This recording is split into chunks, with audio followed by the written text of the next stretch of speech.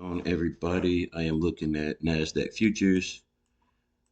I am trading the supply and demand setup today with the volume candles with the half trend and super trend. So what I'm currently looking at now is this support here, this demand zone. As you can see, we failed to break last time we get to this area. If I was going to go short, I would wait for this break here. And then I'll simply put my buy stop above price in case of this rejection and we want to take price back here.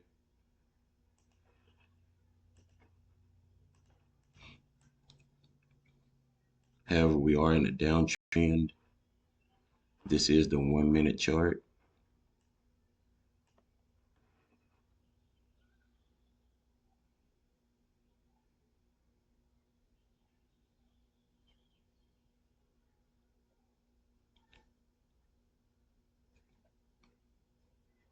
We are rejecting here off these lows.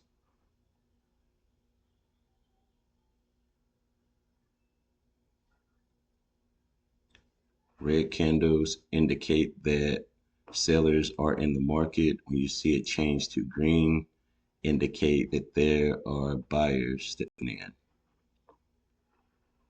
As you can see, ever since we rejected off of this resistance area and the candles turn red and we start to head down, we have been headed down ever since.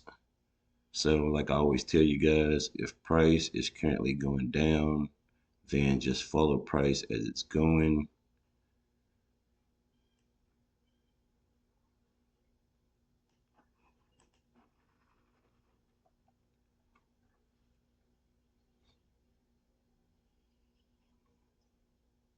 Okay, hopefully we'll get this breakout. If not, I'm good with this being my trade for the day. And that's it. $875 just like that. Done with the day. That simple. Got any questions, let me know.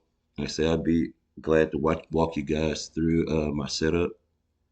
You can check my other videos where I had some of the indicators and breakdowns.